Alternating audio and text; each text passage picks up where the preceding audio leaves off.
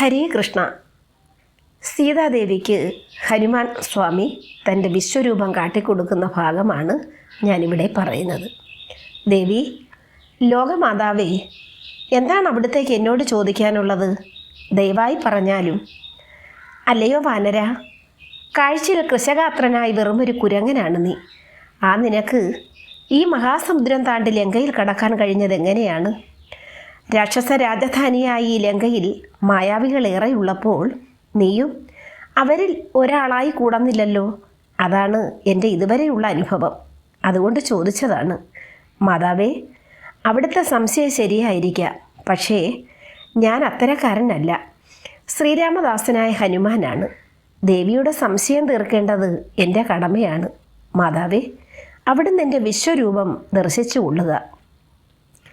ഇങ്ങനെ പറഞ്ഞിട്ട് ആഞ്ജനേയൻ കണ്ണുകളടച്ച് കൈകൾ കൂപ്പി നിന്ന് രാമദേവനെ ധ്യാനിച്ചു.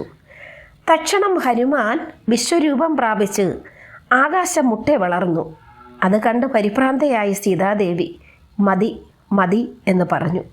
ദേവി, എന്നെ ഈ രൂപത്തിൽ ഇവിടെ കണ്ടാൽ രാക്ഷസന്മാർ യുദ്ധത്തിനൊരുമ്പെടുമെന്ന് കരുതിയാണ് ഞാൻ ഒരു ചെറുവാനരൻ്റെ രൂപം ധരിച്ച് ഇവിടെ എത്തിയത്.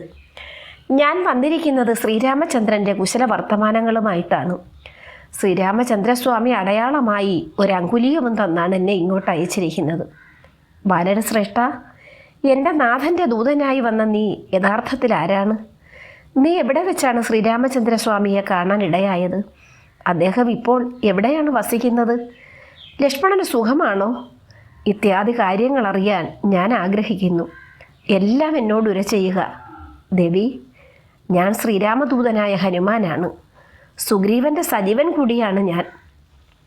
എൻ്റെ കഴിവ് കൊണ്ടാണ് ഞാൻ ഈ ലങ്കാസമുദ്രം ചാടിക്കടന്നത്. എൻ്റെ ശരീരം ഇഷ്ടം പോലെ വലുതാക്കാനും ചെറുതാക്കാനും എനിക്ക് കഴിയും.